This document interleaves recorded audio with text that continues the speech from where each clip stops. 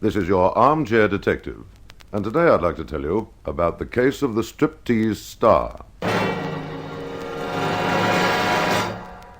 Lovely dancer Candy Memphis would charm no more audiences, for Candy was dead. The manager of the small hotel where she stayed found her about 8:30 in the morning and phoned the police, who didn't take long to decide that Candy had died from poisoning some 7 or 8 hours previously.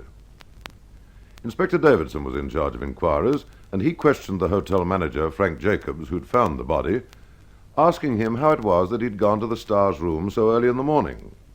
After all, didn't people in the show business normally like to sleep late?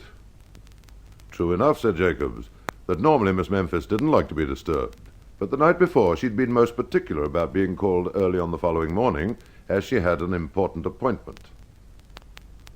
Under further questioning, Jacobs admitted he'd taken the girl out once or twice, but denied that there'd been anything serious between them. By way of emphasis, he pointed to a photograph on the dressing table and said, "This fellow could bear questioning. That's Dr. Moore, and I saw him leaving by the back exit about 2 a.m. this morning. He was mad about Candy." Davidson pondered those facts for a moment, then made the hotel manager promise he'd keep this information to himself. He wanted to investigate the doctor without putting him on guard. The inspector went to the post office and arranged to search Moore's mail. Among it, he found a most interesting letter marked strictly private, and which read like this: "I know you poisoned Candy Memphis with physiostigmine, and for £1,000 cash I'll keep quiet about it. I'll contact you later. See you have the money ready or else." It was signed M.M. To the inspector, it looked like a woman's writing, and he wondered about Bonnie Melton, Dr. Gordon's nurse.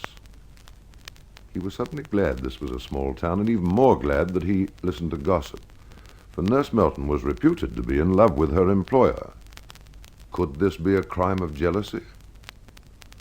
In due course, he confronted the nurse with the letter, and she admitted writing it, because she was jealous of Dr. Moore's friendship with the stripteaser. She said Moore had broken a date with her last night and had spent the evening with Candy.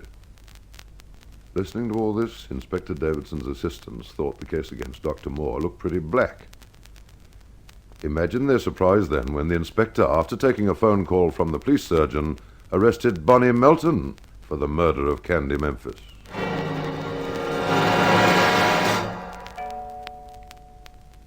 The phone call from the police surgeon confirmed the fact that Candy Memphis had died from physiostigmine poisoning, as Nurse Melton had said in her blackmail note. But how did she know? Remember that all the police had said at that stage of the game was that poisoning was the cause of death. Only the killer could have known the actual poison used. And once Nurse Melton admitted writing the blackmail note, her fate was sealed. On the 28th of June, 1942, the public hangman showed rather more mercy to Bonnie Melton than she had shown to the glamorous dancer whose life she'd so callously taken.